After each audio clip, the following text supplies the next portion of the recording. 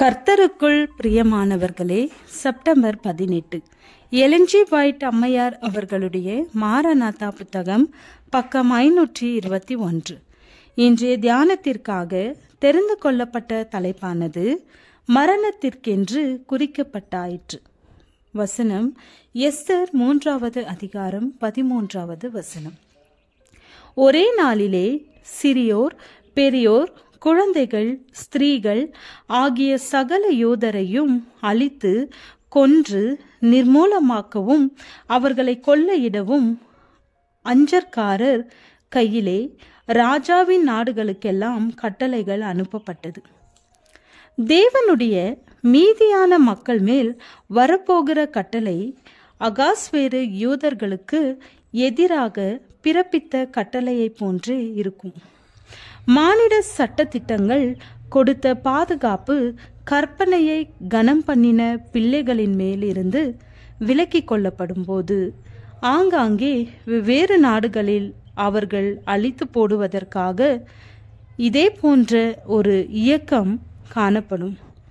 சட்டத்தின்படி நியமிக்கப்பட்ட காலம் நெருங்கும் பொழுது வெறுக்கப்பட்ட கூட்டத்தாரை வேரோடு அழிக்க மக்கள் சதித்திட்டம் தீட்டுவார்கள். அவர்களை கடிந்து கொண்ட அவர்களுடைய சொல்லுக்கு இணங்காத அந்த குரலை முற்றிலுமாக அமைதிப்படுத்தத்தக்கதாக ஒரே இரவில் அவர்கள் மீது ஒரு இறுதி தாக்குதல் நடத்த வேண்டும் என்று தீர்மானிக்கப்படும். அவர்கள் 4ஆம் கற்பனை சொல்லுகிற ஓய்வு நாளை கண்டிப்பாக புறக்கணித்துவிட்டு வாரத்தின் முதல் நாளை கனம் பண்ண வேண்டும் அல்லது கொல்லப்பட வேண்டும் என்ற ஒரு சட்டம் எங்கும் போய் சேரும். ஆனால் அவர்களை விட்டு கொடுக்க மாட்டார்கள். ஆண்டவருடைய ஓய்வு நாளை காலின் கீழ் மிதித்து போப்பு மார்க்கத்தின் நியமனத்தை கனப்படுத்த மாட்டார்கள். சாத்தானுடைய சேனையும் துன்மார்க்கர் கூட்டமும் அவர்களை சூழ்ந்து கொள்ளும். அவர்கள் தப்பிக்க வேறு வழியே இல்லாதது போல் காணப்படுவதினால் அக்கூட்டம் அவர்களை கண்டு எக்களிக்கும். இக்கட்டு காலம் வரும்பொழுது ஒவ்வொருவருடைய நித்தியமும் நிர்ணயிக்கப்பட்டிருக்கும். அதற்கு பின்பு கிருபையின் காலம் இல்லை. மனம் திரும்புகிற பாவிக்காக இரக்கம் காத்திருக்காது. ஜீவனுள்ள தேவனுடைய முத்திரை அவரது மக்கள் மீது போடப்பட்டிருக்கும். வலு சர்ப்பத்தை தலைமையாக கொண்ட சேனையோடு வந்து கொண்டிருக்கிற பூமியின் வல்லமைகளுக்கு எதிராக தங்களை பாதுகாக்க கூடாத இந்த சாவுக்கேதுவான போராட்டத்தில் சிறிய மீதமான கூட்டத்தார் ஆண்டவரை தங்களுக்கு பாதுகாப்பாக பற்றி கொள்வார்.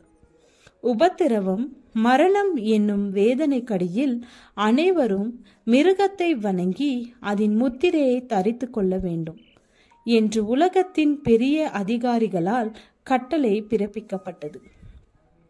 பரிசுத்தவான்கள் அதிகமான மனவேதனையை அனுபவித்ததை நான் கண்டேன். பூமியின் பொல்லாத குடிமக்கள் அவர்களை சூழ்ந்திருந்ததை போல தோன்றியது. காணப்பட்டதெல்லாம் அவர்களுக்கு எதிராகவே இருந்தது. துன்மார்க்கருடைய கைகளினால் மடியும்படி தேவன் தங்களை விட்டுவிடுவார் என்று சிலர் பயப்பட ஆரம்பித்தார்கள். பரிசுத்தவான்களுக்கு அது பயங்கரமான வேதனை நிறைந்த கடுந்துயர் அனுபவிக்கும் நேரமாக இருந்தது. இரவும் பகலும் விடுதலைக்காக அவர்கள் தேவனை நோக்கி கூப்பிட்டார்கள். வெளி தோற்றத்திற்கு அவர்கள் தப்பிப்போக முடியாதது போல தோன்றிற்று. உங்கள் தேவன் ஏன் உங்களை எங்கள் கைகளிலிருந்து விடுவிக்கவில்லை? நீங்களாகவே உங்களை ஏன் காப்பாற்றிக் கொள்ளக்கூடாது என்றெல்லாம் சொல்லி துன்மார்க்கர் அவர்கள் மேல் ஆரவரித்தார்கள். ஆனால் பரிசுத்தவான்கள் அவர்களை கண்டு கொள்ளவில்லை. ஜெபம். அன்புள்ள தேவனே, நாங்கள் சித்தத்தை அறிந்து நன்மை தீமை இன்னதென்று வகையறுக்க ஞானத்தை தாரும். ஆமென்.